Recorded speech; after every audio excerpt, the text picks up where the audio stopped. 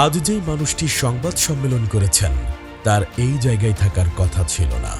দেশের উন্নয়ন, বেকারত্ব দূরীকরণ, কর্মসংস্থানের মাধ্যমে দেশের মানুষের অর্থনৈতিক মুক্তির জন্য কাজ করার কথা ছিল, যা তিনি বিগত 2000 সাল থেকে 2012 সাল পর্যন্ত 43,50,000 ক্রেতা পরিবেশকদের কর্মসংস্থান তৈরি করে দেখিয়েছেন।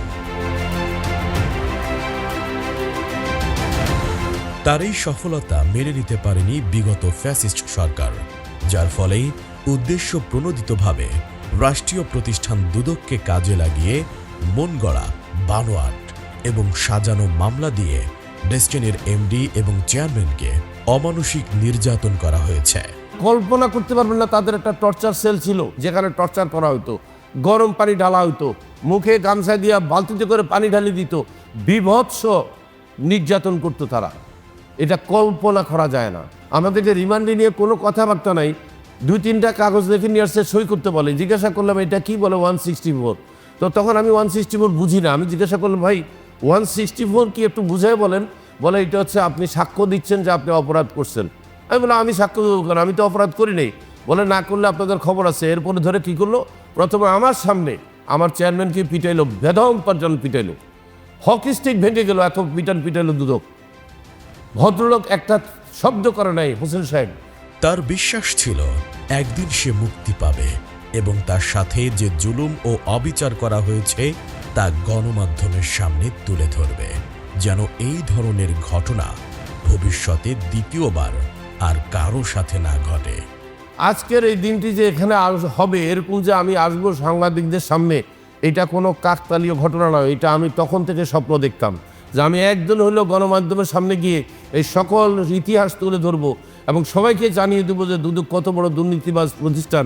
বাংলাদেশের সর্বশ্রেষ্ঠ রাষ্ট্রীয় প্রতিষ্ঠান ছিল তখন দুর্নীতিগ্রস্ত তৎকালীন সময়ের দুর্নীতি দমন কমিশন, এবং সবাই একবারে বটম থেকে টপ পর্যন্ত সবাই ছিল দুর্নীতিবাজ। কারণ তাদের কোনো ইনভেস্টিগেশনের দরকার নাই, তাদের দরকার 2টা মামলা, তাদের দরকার আমাদের স্বীকারোক্তি, এরপরে আমাদের সাজা শুনাই দেবে, আমরা জেলে চলে যাব। এই সমস্ত ঘটনা কিন্তু সেই দিন আমি মনে মনে প্রতিজ্ঞা করেছিলাম যে একদিন হলে আমি গণমাধ্যমের সামনে আসবো এবং সেদিন তোমাদের এই দুর্নীতি আমি প্রকাশ করে দেব, যে দুদকের ভিতরে দুর্নীতি রাখা। ফ্যাসিস্ট সরকারের পতন হয়েছে ঠিকই, কিন্তু এখনও তার দোসররা বিভিন্ন প্রতিষ্ঠানে ছড়িয়ে ছিটিয়ে ঘাপটি মেরে বসে আছে, যার ফলে মানুষ এখনও জুলুম, অত্যাচারের শিকার এবং ন্যায় বিচার থেকে বঞ্চিত হচ্ছে। এই বৈষম্য দূর করার জন্য ডক্টর মোহাম্মদ রফিকুল আমিন বাংলাদেশ আম জনগণ পার্টি নামে একটি রাজনৈতিক দল গঠন করেছেন, যেখান থেকে তিনি ন্যায় বিচার প্রতিষ্ঠার জন্য কাজ করে যাবেন। এখনও তো আপনি জানেন না, সেই ফ্যাসিস্ট সরকার আমলের পিপি এখনও ঢাকা জজ কোর্টে প্র্যাকটিস করে। তাদের মধ্যে একজনের নাম আমি বললাম মাহমুদ হোসেন জাহাঙ্গীর। সে তো একটা ফ্যাসিস্ট সরকারের ফ্যাসিস্ট পিপি, সে এখনও কী করে চাকরিতে বহাল আছে? কেন তাকে এখনও পরিবর্তন করা হয়নি? যেই লোকের কারণে বহু লোক ক্ষতিগ্রস্ত হয়ে গেছে, সে এখনও তার চাকরিতে বহাল আছে। এরকম ঢাকা আপনার জজ কোর্টে, ম্যাজিস্ট্রেট কোর্টে প্রচুর লোক কিন্তু এখনও ফ্যাসিস্ট সরকার আমলে নিয়োজিত এখনও আছে। যেই কারণে আমি রাগ করে বলছি যে এই সমস্ত দুর্নীতির বিরুদ্ধে আমার অভিযান করতে হলে আমার একটাই রাস্তা আছে, আমি একটা রাজনৈতিক মঞ্চ করব এবং সেই মঞ্চের থেকে চিৎকার দিয়ে বলবো যে নির্যাতনের বিচার চাই, অবিচারের বিচার চাই, জুলুমের বিচার চাই। আমি কিন্তু রাজনৈতিক দল করার আর অন্য কোনো খায়শ ছিল না আমার। আমি শুধু অন্যায়ের প্রতিবাদ করার জন্য এই মঞ্চ তৈরি করেছি। আমার প্রথম দফাই হচ্ছে আইনের শাসন প্রতিষ্ঠা করব এবং দেশের মধ্যে অবিচার, অন্যায়, জুলুম এইগুলো আমরা নির্মূল করে ফেলবো ইনশাল্লাহ, এবং আমরা মজলুমের পাশে দাঁড়াবো। সাংবাদিকদের প্রশ্নের উত্তরে তিনি ডেস্টিনি এবং তার সম্পর্কে যে ধরনের অনলাইন গুজব ছড়ানো হয়েছে তা খোলাসা করেন। একটি পক্ষ অনলাইনে প্রচার করছে আপনি জেলখানা থাকা অবস্থায় সরকার ডেস্টিনি চালু করতে চেয়েছিল। এটা সঠিক তথ্য নয়। তারা বলছে যে আপনি ডেস্টিনি চালু করতে দিচ্ছেন না।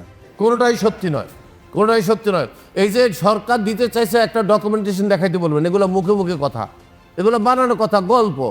সরকার যেখানে ডেস্টিনি বন্ধ করার জন্য আমাকে অফার দিচ্ছে যে আমাকে জামিন দিয়ে দেবে, সেখানে আমি রাজি হই না, আমাকে জেলখানা দিচ্ছে। সেখানে সরকার কেন অফার দিবে যে ডেস্টিনি চালু হোক? এইটা হচ্ছে ওই সরকারের জন্য একটা আত্মঘাতী প্রস্তাব। তারা জীবনেও চায়নি যে ডেস্টিনি চালু হোক। তাদের প্ল্যানই ছিল যতদিন রফিকুল আমিন ডেস্টিনি নেওয়া বন্ধ করবে ততদিন আমরা তাকে জেল থেকেই ছাড়বো না। যারা এই কথাগুলো বলেছে একান্তই ভুল বুঝে বলছে। আমি তো বললাম এরা নিজেরাও জানে না যে তারা আর কি জানে না। কিভাবে ডেস্টিনির টাকা দ্রুত গ্রাহকরা ফেরত পাবেন সে বিষয়েও তিনি ব্যাখ্যা দেন।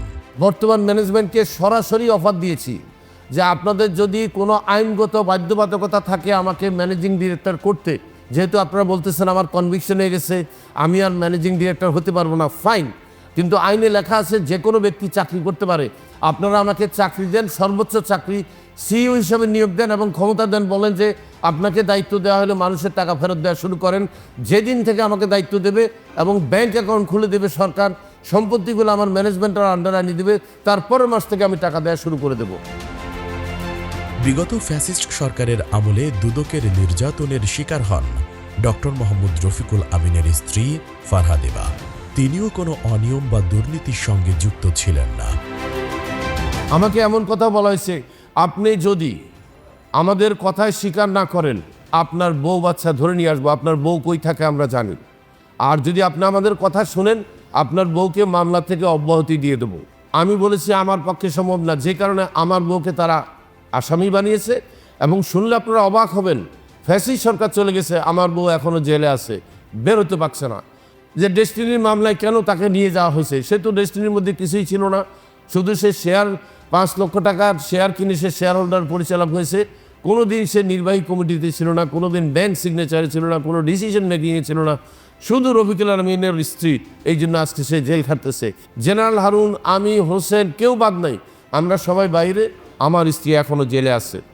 আমার স্ত্রীর যখন মামলা নিয়ে দাঁড়ানো হয় কোর্টে, কোর্ট বিব্রত বোধ করে, বিচারপতি বলতেছেন না এই মামলা, আচ্ছা ঠিক আছে পরে আসেন, এখন শোনা যাবে না, বন্ধের পরে আসেন, ছুটির পরে আসেন, এইভাবে ব্যাখ্যা দিয়ে দিয়ে আমার বউকে এখনও ঝুলিয়ে রাখা হচ্ছে।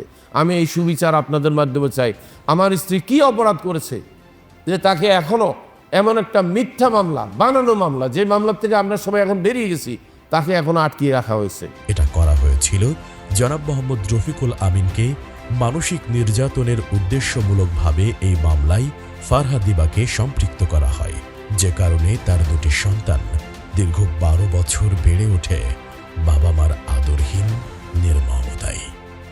তাদের তো রাগ আমার উপরে, টর্চার করবে আমাকে, আমার পরিবারকে, আমাকে শান্তিতে থাকতে দেবে না।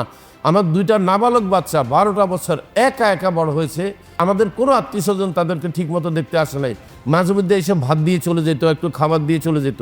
তারা অন্ধকার ঘরের মধ্যে কীভাবে যে কষ্টের দিন যাপন করছে এটা ভাষায় প্রকাশ করার মতো না। এখন তাদের এমন ট্রমা হচ্ছে, আমার ছোট মেয়ে আমার দিকে যখন তাকায় তখন আমার কাছে মনে হয় সে একজন অবাঞ্ছিত লোকের দেখছে, একজন অপরিচিত পুরুষকে দেখছে, এইভাবে আমার সাথে কথা বলে। হ্যাঁ বলো। আমি বলি যে তোমার তো বার্থডে আসছে, চলো না একটু বাইরে থেকে ঘুরে আসি। বলে ভাল লাগে না, আম্মুকে নিয়ে আসো। শুধু একটা শব্দ, আম্মুকে নিয়ে আসো। আমি কোনো জবাব দিতে পারি না।